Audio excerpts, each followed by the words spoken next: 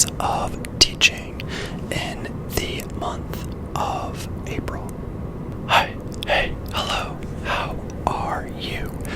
Do you know what time it is?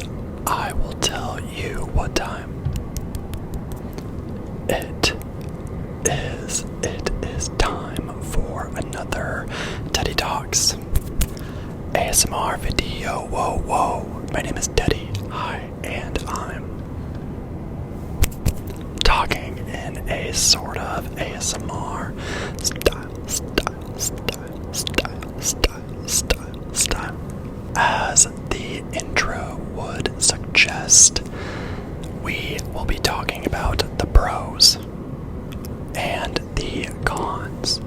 The cons and the pros of teaching in the month of April. And I just have to start off by saying I am feeling a little melancholy because I started this series the month that I started my channel back in September of 2025, and I can't believe that we're already almost to the end of the school year. I do plan on continuing the series into June, July, and August, and briefly touching on the pros and the cons of teaching during those months, even though school for me ends in June. There's a lot of things, a lot of topics of discussion that I wanted to discuss. So instead of talking about the day and the week and the month, I want to wrap up some loose ends that I haven't really wrapped up yet. I've kind of dropped little tidbits on my channel about these things, but I'm going to kind of put a period at the end of everything and then kind of move on.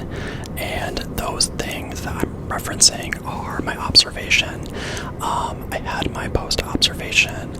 I want to talk about the students versus teachers chess tournament because I mentioned it, but we actually had it now, so I can talk about it and say how it went. And then I want to talk about spring break. At some point in this video, I will leave a time stamp. So if you're looking just for the pros and the cons, then you'll be able to hop to that. But if you want to hear about these couple of things that I've been rambling about and kind of hear how they ended, I guess, or how they went, then you can keep watching. So I'm going to start with spring break. I had an excellent spring break, and I really like how my school does spring break. We have our spring break very, very late, at least for us. Teaching at a high school in Minnesota, right? Our spring break is a lot later than everyone around us and their spring breaks, right? Other schools' spring breaks are a lot earlier. I prefer a late spring break because it's nicer. It's less busy if you travel because no one else is on spring break. And when we get back, it's basically the middle of April, or like the middle of the month. So I really, really like that. But I didn't do a lot, but I did do a lot.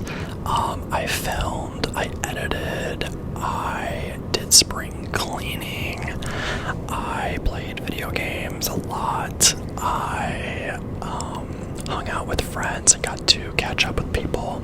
So you kind of heard me talk about spring break a little bit, but I think this is the last time I'll talk about it because it's over and we're back at school. But I had an excellent spring break, and it makes me sad that people that work regular jobs, teaching is a regular job, but it's not at the same time. I can acknowledge that. It makes me sad that regular people do not get a spring break. I think we all need a spring break. I think we all deserve a spring break. So if you did not get one, that sucks and I'm sorry, but I got one, and yeah, I was busy, but it was my own kind of busy. I did not work on anything work or school related during spring break.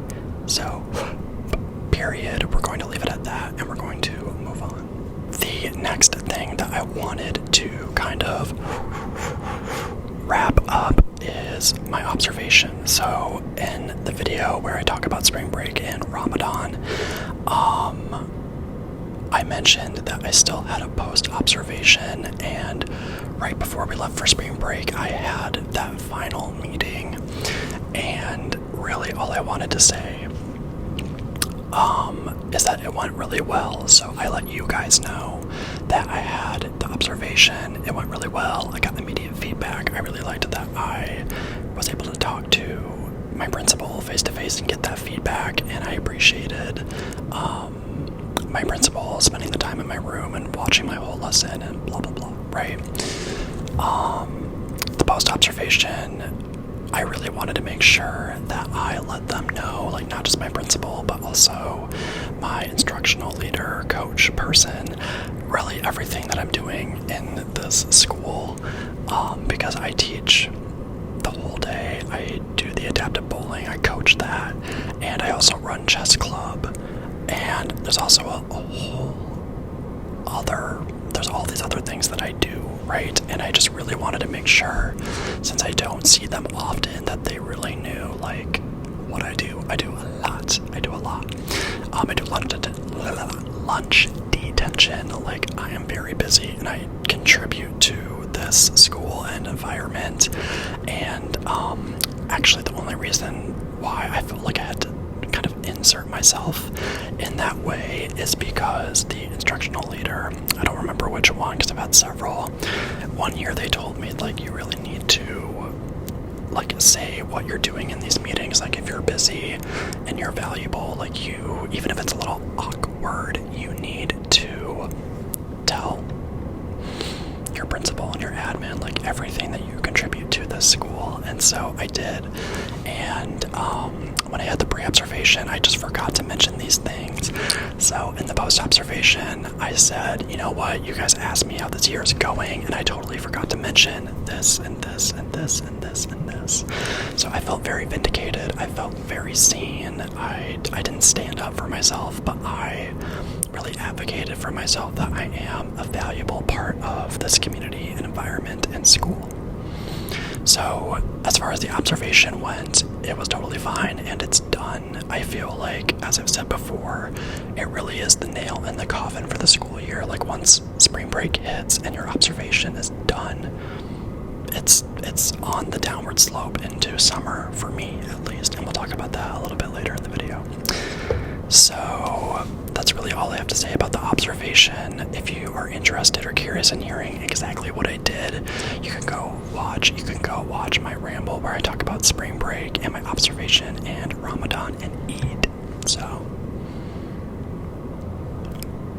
period. We're done talking about it. Let's move on. Okay, last thing that I want to talk about that I mentioned super briefly is the teachers versus students chess tournament. I run my school's chess club. We've been active for 5 or 6 years. A former student started the club and I advise it. I played chess when I was a kid, so I do enjoy chess, but these kids are on a whole nother level. They're all better than me, even if they don't believe it, they are. And our favorite event is the teachers versus students chess tournament.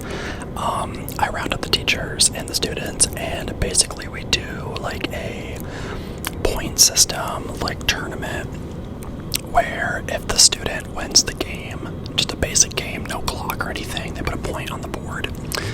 If the teacher wins, then they put a point on the teacher's side. So it's like teachers versus students, and it's very visual.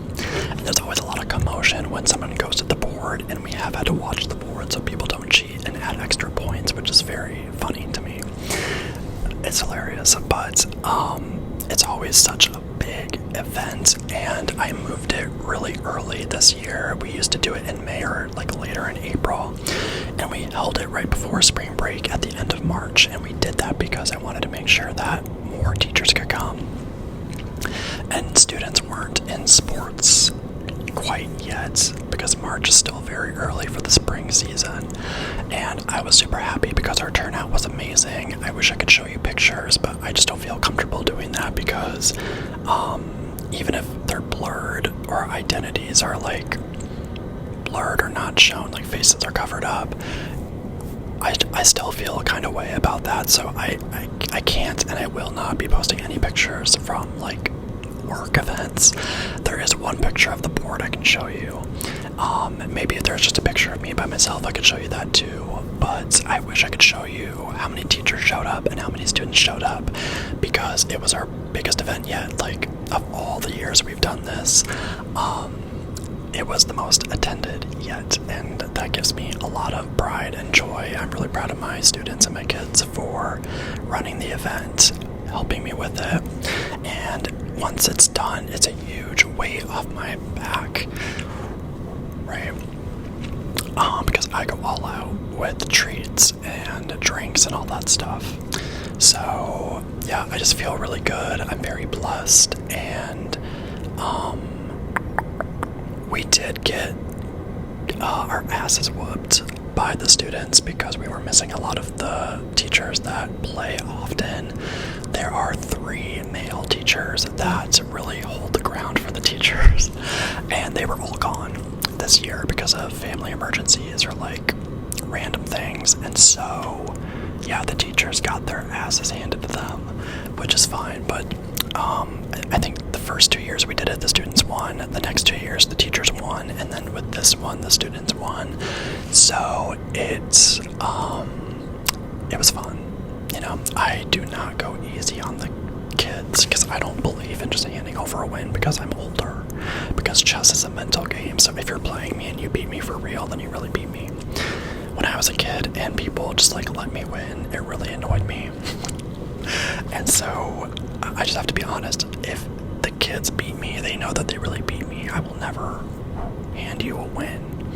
Maybe it's my competitive side, but I just feel like I want them to learn how to lose and also accept a win and know that I'm really playing for real. Like, these high schoolers are almost adults, so I don't feel bad in like playing like an adult, right?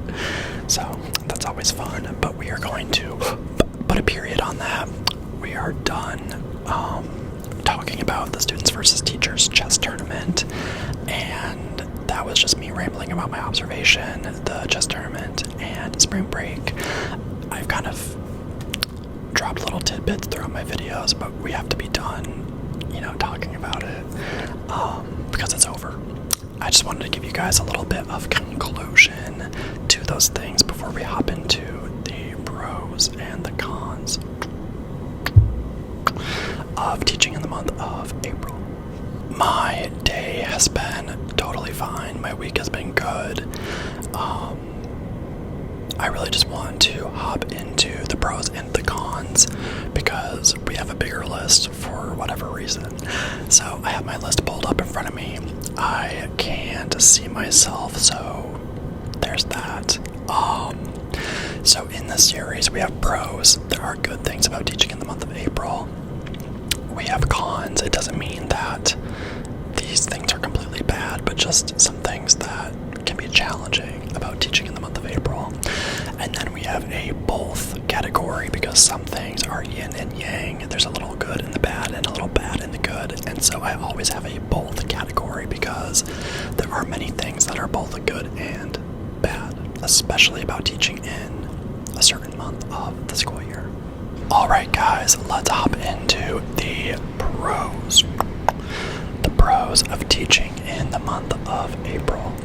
The first pro is that the school year starts going by really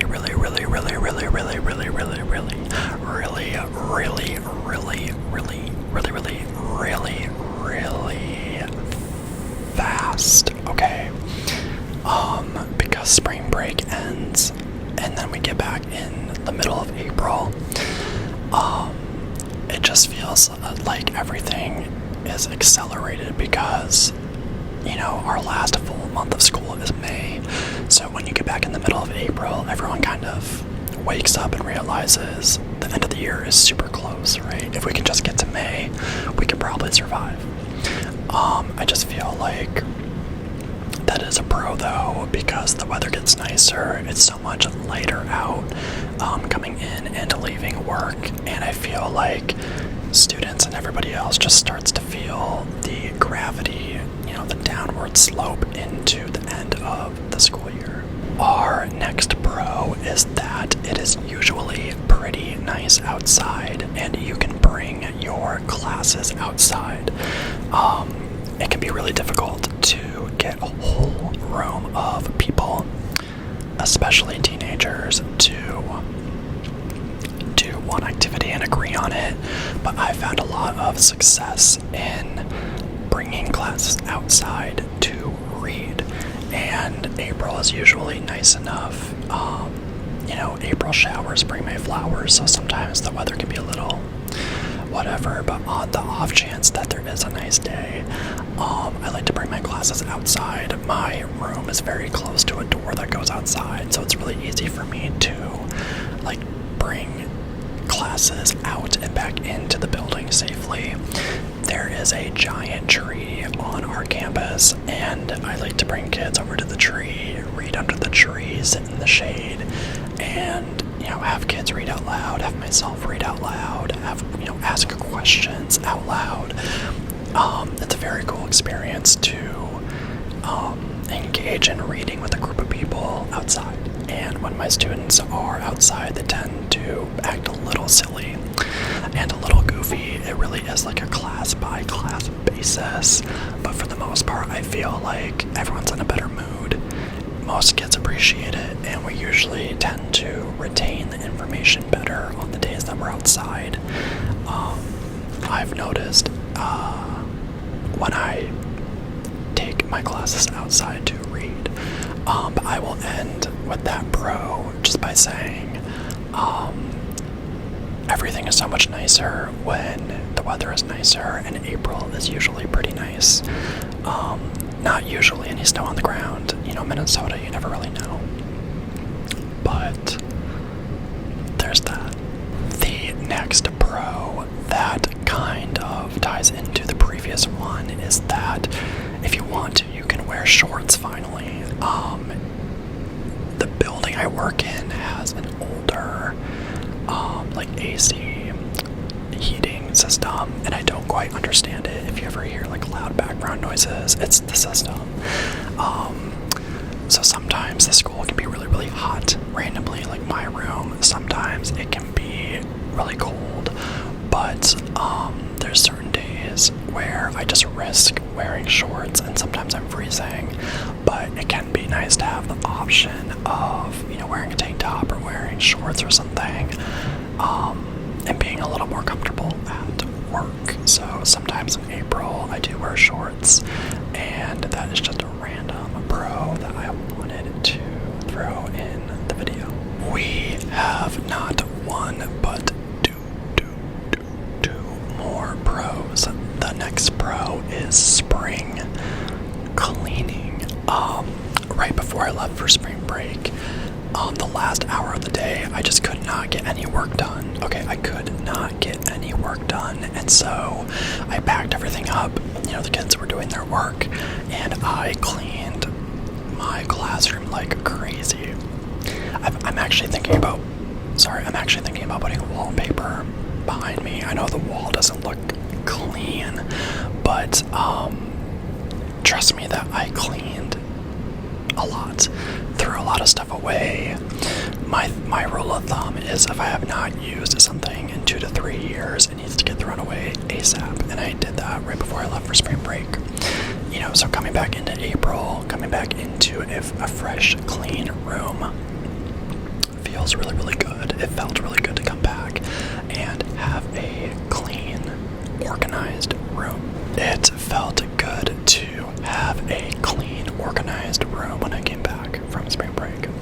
But yeah, I basically in that hour I was just managing behavior, walking around, assisting students with work, and then anywhere I could I was organizing and cleaning, I have a fridge off to the side that I moved down. I made more space for me.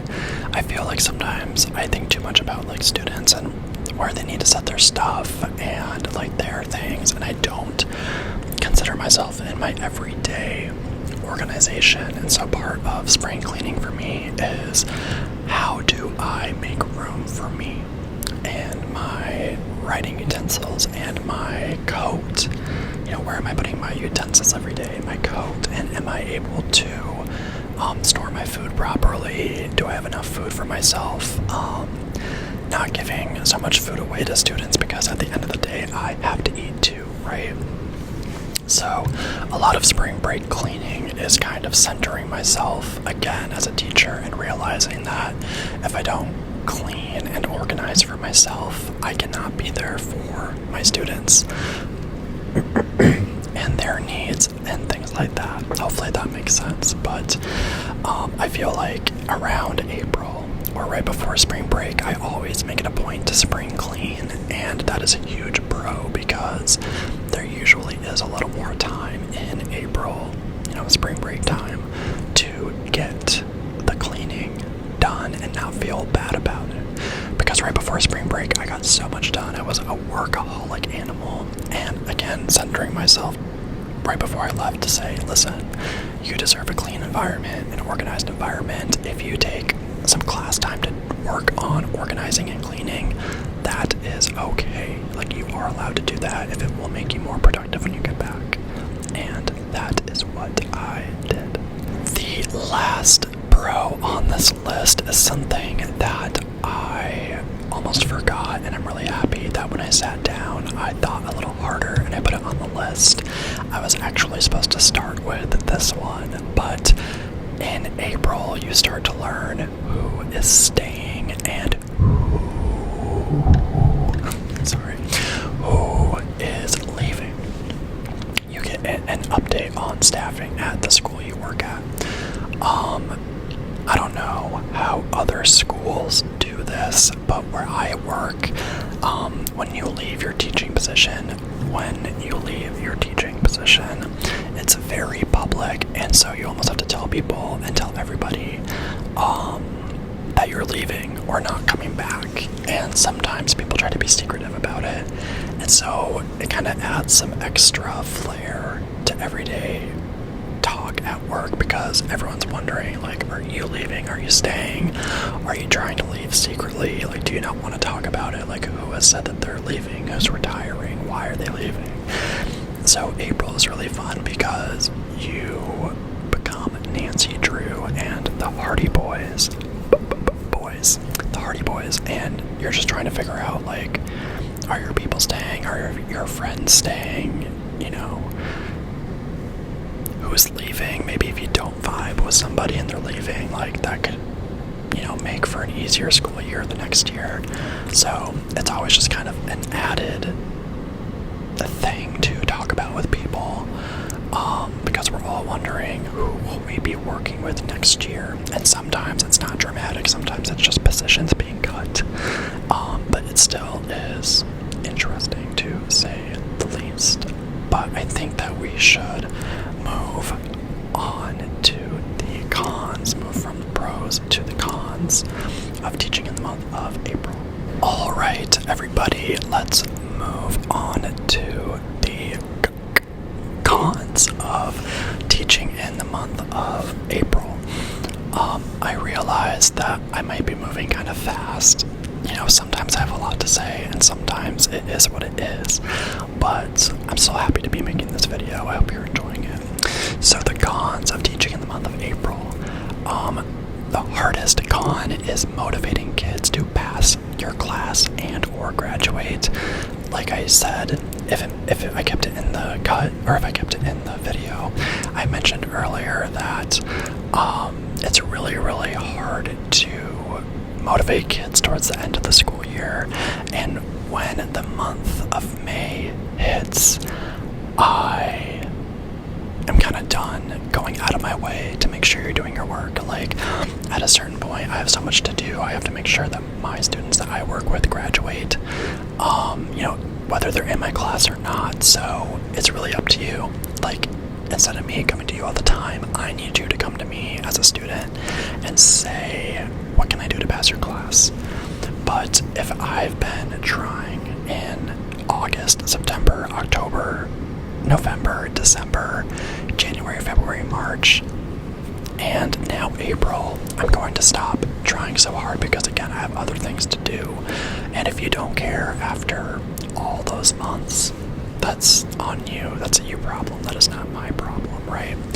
I can't spend the energy and not get anything in return if you're not going to put in any kind of effort or motivation or care at all, right? So yeah, it is really difficult to motivate kids in April, but it is my last push. And then when May hits, I'm sorry, like, you're on your own. If I can't get you to be off your phone and try to turn in an assignment, I'm just done at that point. The next what am I saying? The next con is not having any more days off. Now, understandably, you're like, you just had spring break and you have Christmas break and you have all these things, right? It is still nice at the end of the year to have a day or two to break up these long weeks. And specifically this year, we have gotten many a day off. But the last 6 weeks of school, there's maybe a day off, and that is really wears on students and teachers. Just having all these requirements and responsibilities, trying to get your grades up and get to graduation, and not having any days to catch up. If you think about it that way, it can really stress not only the students out, but also the teachers too. And yeah, it's just a lot. This year we have 6 straight weeks with no break up until the end of the school year. We might get a day off, like I said, and I'm not looking forward to it. We just got back from spring break when I'm making this, but it's gonna be a little rough. And as teachers, you're not really allowed to take days off in May because they want everybody at work to finish out the school year strong, and I completely understand that, but it would be nice if I was allowed to take a day off and not feel guilty about it. And I completely understand them wanting us here, but yeah, not having any days off in April besides one day is it can be really draining, and you really have to rely on looking after your own mental health, checking in on your students, checking in on your teacher friends and coworkers, and making sure they're okay, and doing a lot of things for you to get you to the end of the school year. The next why do I keep doing that? The next con, why am I doing that? The next con on this list is April Fool's Day. I posted a video for April Fool's Day. I do not like April Fool's Day. By the grace of God, we did not have school on April Fool's Day this year. Thank you, hallelujah. The reason why April Fool's Day is a con is because it's kind of like St. Patrick's Day. On St. Patrick's Day, the kids will pinch you or try to pinch you if you're not wearing green.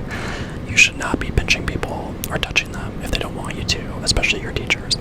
So for April Fool's Day, kids will play pranks that are not pranks. Sometimes what they think is a prank is just straight up harming or hurting somebody.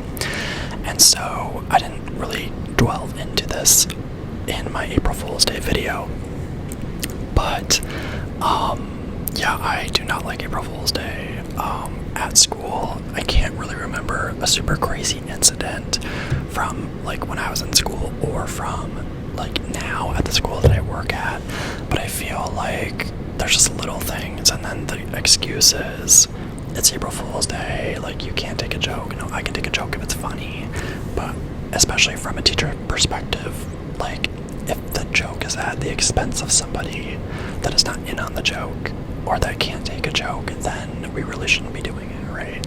So April Fool's Day could be a pro, but it's definitely not a pro and a con at this moment, at this time in my life. I see April Fool's Day as a huge con when we can learn what humor and comedy and jokes and pranks are. Then we can move April Fool's Day over to the pros. But for now, April Fool's Day is a con because we don't know what a joke is. And I'm gonna knock on wood. No one has ever pulled an April Fool's Day prank on me at school, and I want to continue it that way. I want to keep going forward in my life, never having had an April Fool's Day prank played on me while at work. So, at the time of filming, that has not happened. So, if it's up to me, it will stay that way. The last con, I made sure not to say pro, the last con is that standardized testing and other things make it really hard to teach content. The end of March into April is standardized testing season. Really, it ramps up in April, although we had the ACT in March. It's different for every school. But even when we get back, or when we got back from spring break, I planned to keep going with our book Animal Farm, but I couldn't because there were so many other responsibilities and testing things I had to do. And that's kind of a huge bummer because I just want to stay in our book and have fun, but I do need to set aside time for standardized testing. It completely makes sense if it's like a test or two, but when it gets to be like 3, 4, 5 testing-ish things that need to be done in like a week, I feel like the morale and the motivation by the students drops way down, especially when it's not specifically for my class. And I do like the data from the standardized testing, but I just wish we could collect the data from like 1 or 2 tests versus like 3, 4, 5, 6. You know, I don't even remember all of them that we have to do. So yeah, I get the importance of it, but it's really hard because like I need to wrap up my book Animal Farm by a certain time to kind of implement end of the year activities and get my data for my own purposes. And it's just a lot to take into account, and it can be overwhelming at times. And I do what I always do. I just try my best and push through it. You know, really try to keep the morale high. But it can be difficult. I think the admin can really be helpful during standardized testing, and I feel like they're trying to do things to make it easier, so shout them out. That's good. But no matter what, it's always a little taxing. So that's all I have to say. That's all I have to say about standardized testing being a con. All right.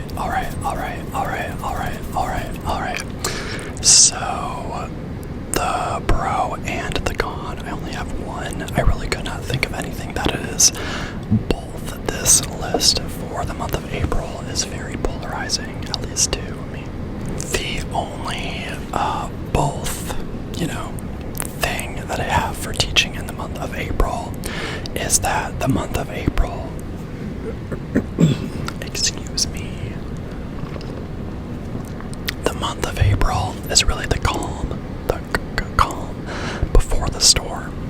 So when May hits, everybody wants updates. Students want updates with the grades, parents, like everybody needs an update, and everything in the world has to get done. It can feel very much like everything is coming down on you at once. I've gotten better with dealing with that the more I teach, the further into my career that I get. And there's things that I do in the month of April to be proactive for that. And that's partly why, that's kind of why going into May, I really back off of pressing everybody to do better and turn things in, because that is really a lot of work, everything to get done before the end of the year, right? Updates, paperwork, things for next year. There's a lot of things that we have to do for the next year, even, before we can even leave to go home from the school year and start summer. So it's a good thing because there's a little bit of calm, energy. Like, that whole wave of everything raining down on you has not hit yet. But for me, the con of the situation is I can sense that it's right around the corner, right? So it's kind of the last like chill month. There's little pockets of downtime, but when May hits, or knowing that May will hit and I will be bombarded with things and even like there's a lot of like social teaching activities in May, and like trying to see everybody before they leave or retire, or you don't see them for the summer. It could be a lot in May. It's a good thing too, but I just try to appreciate April for what it is, dealing with the pros and the cons, like I said, and there is a little bit of calm in April that you don't get in May, and you really don't get in June at all. So I don't know if that made sense. Let's end the video. Hey, do you know what time it is? I will tell you what time it is. It is time for me, Teddy Talks ASMR, to head out. Thank you so much for joining me in tonight's video.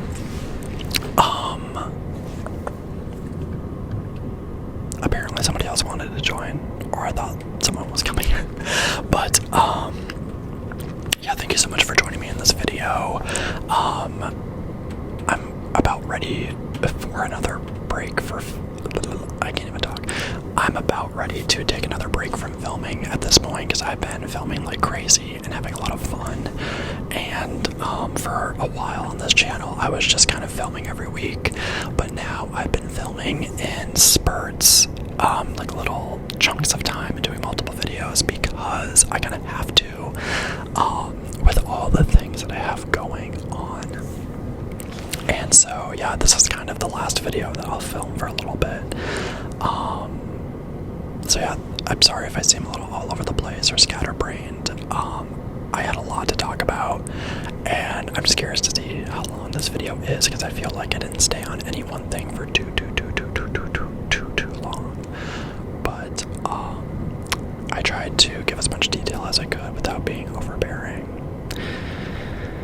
So yeah, I'm also just really sad, guys. I'm sad and melancholy that I have the month of May, and then June, July, August, I'll still film the series, and I will end the series, but I don't want to. It's so nice to have the series to come back to, that I have to film once a month. I feel like it's kind of the anchor to my month,